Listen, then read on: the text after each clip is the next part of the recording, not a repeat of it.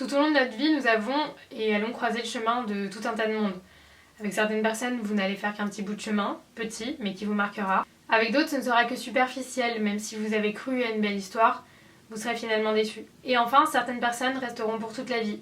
Au final, on ne peut pas vraiment savoir. Il faut attendre un petit peu pour découvrir ce que nous réservent toutes ces rencontres que l'on fait. Les relations humaines sont si complexes, vous ne trouvez pas ? Elles peuvent être extraordinaires comme désastreuses, être synonyme de bonheur intense mais aussi de grande souffrance. C'est un peu le loto en fait. Oui et non, le loto c'est surtout de la chance. Oui et bien en relation humaine c'est pareil. Oui et en fait non, on peut décider de choisir les personnes qui nous entourent.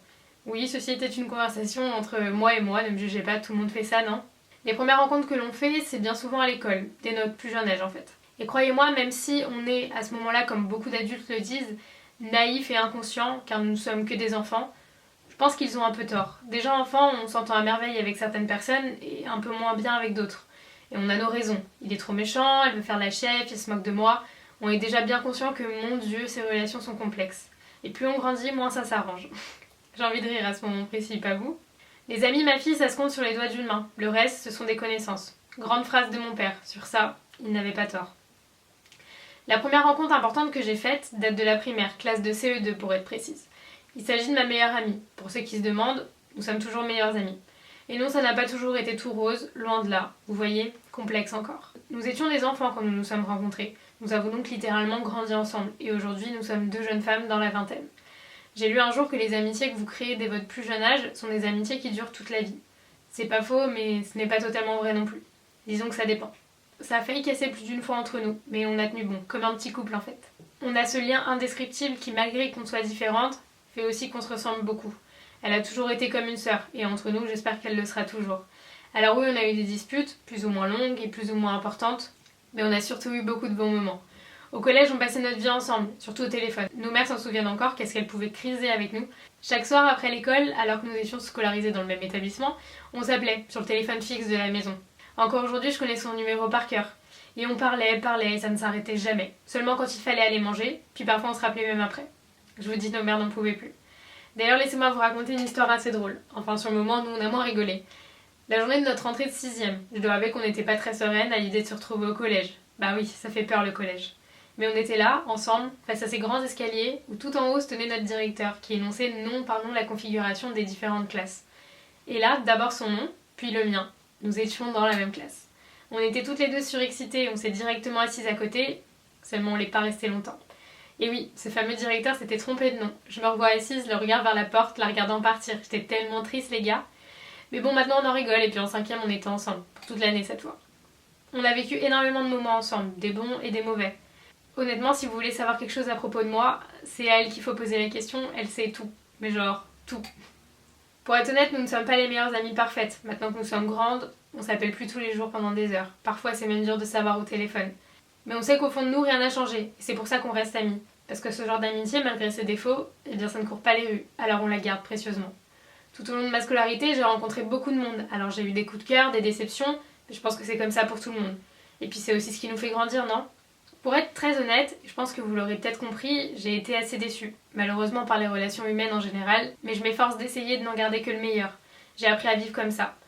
Je sais comment nous sommes, nous les filles. On rêve de cette bande de copines qui se quittent jamais, qui sont toujours là les unes pour les autres et qui s'entendent à merveille. Mais bon, la vie, en tout cas pour ma part, c'est pas un film américain.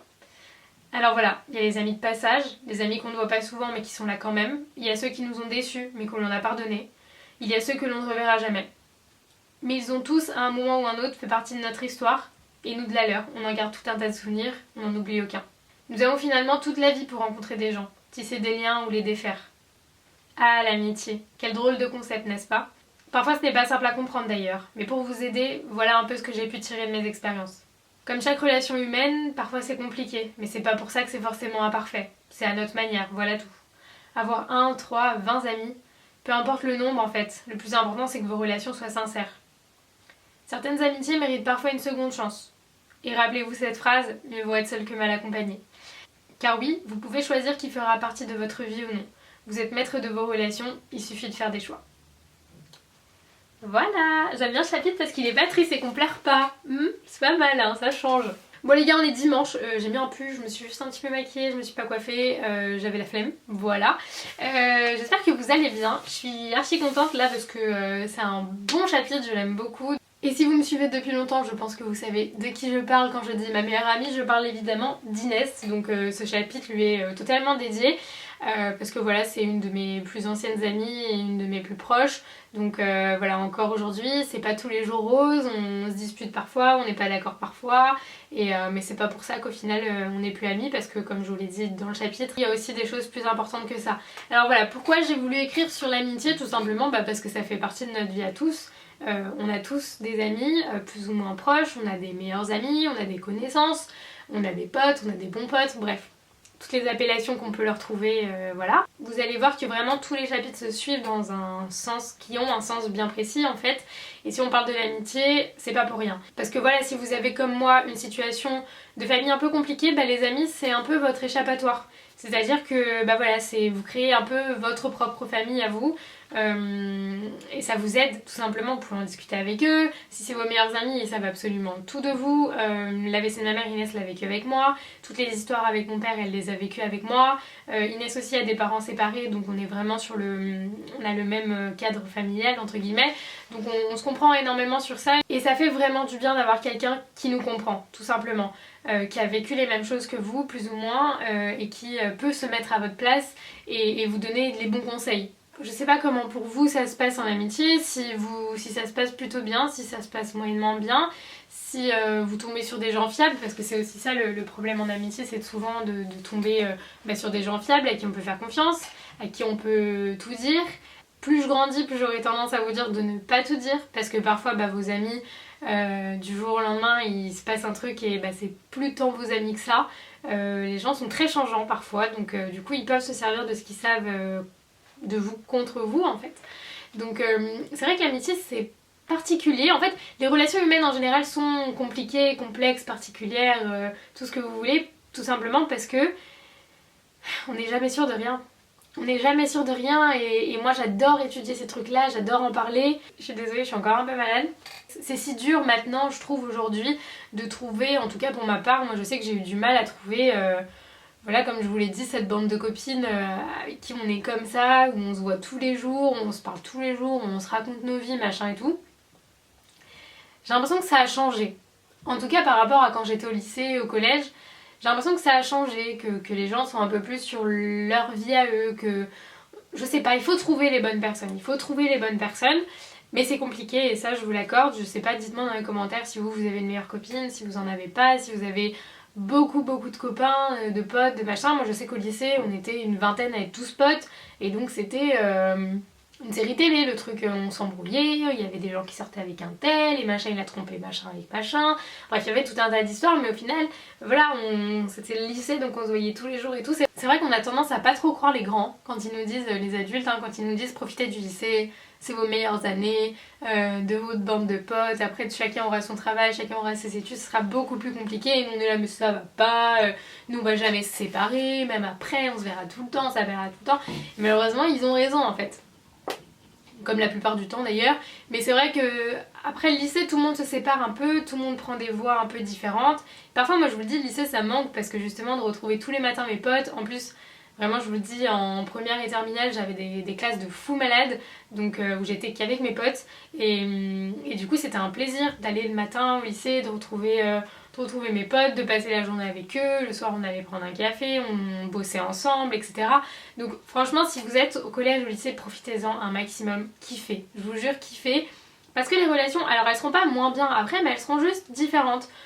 Voilà, moi je sais que parfois Inès il peut se passer 15 jours sans qu'on se voit, et puis une semaine et demie sans qu'on se parle en fait, alors que avant c'était impensable. Mais voilà, parce que chacun a sa vie, parce que répondre au téléphone parfois c'est compliqué, alors qu'en fait ça devrait pas l'être, mais bref. C'est comme ça, c'est devenir adulte, c'est grandir. Et voilà, comme je vous le disais dans ma dernière vidéo, c'est important d'entretenir les relations, quand bien même c'est des relations amicales, pas forcément qu'avec votre famille, mais même vos relations humaines en fait tout simplement.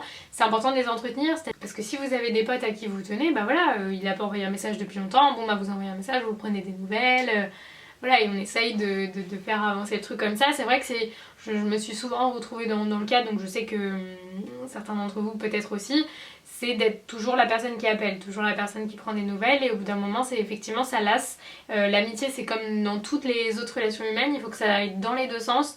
Parfois c'est dur de se détacher d'une relation comme ça, parfois on est dépendant à nos relations amicales, ce qui n'est pas forcément non plus très bon, notamment les amis toxiques en fait qui en fait sont pas bons pour vous, vous apportent pas de bonheur, même si vous y tenez, même si vous les aimez, etc. Bah c'est pas des bonnes personnes pour vous. Donc il faut savoir aussi se poser, savoir si on est bien entouré. Moi je sais que j'ai fait énormément de tri dans mon entourage parce qu'il y a des personnes qui ne me correspondaient plus, avec qui on n'avait plus de centre d'intérêt, avec qui on n'était jamais d'accord, avec qui on ne partageait plus rien, et tout simplement aussi des personnes qui n'étaient pas spécialement bonnes pour moi et que j'ai préféré du coup sortir de ma vie. Ça a été dur dans un premier temps et au final je regrette pas parce que je suis bien mieux comme ça. Encore une fois je vous le dis, moi je sais que j'avais ce sentiment quand j'étais au lycée d'avoir besoin d'avoir ce truc de me dire je suis pas normale si j'ai pas 1 milliard d'amis. Mais en fait, non, vous n'avez pas besoin d'avoir 34 milliards d'amis. Si vous en avez un ou deux ou trois qui sont des bons amis, qui sont toujours là pour vous, qui fêtent ce qui a fêté avec vous. Moi, je sais que Inès et moi, on fête Noël ensemble, les anniversaires, etc., le Nouvel An. Et là, j'ai pris le cas d'Inès en particulier, mais j'ai d'autres amis qui, en plus, parfois, c'est même pas des amis de longue date. Par exemple, Manon de l'Instagram Manon Lem, bah, je l'ai rencontrée cette année et c'est déjà une très grande amie. Enfin, je tiens énormément à elle. Sarah, pareil, je l'ai rencontrée l'année dernière. C'est mon bébé, je l'aime trop.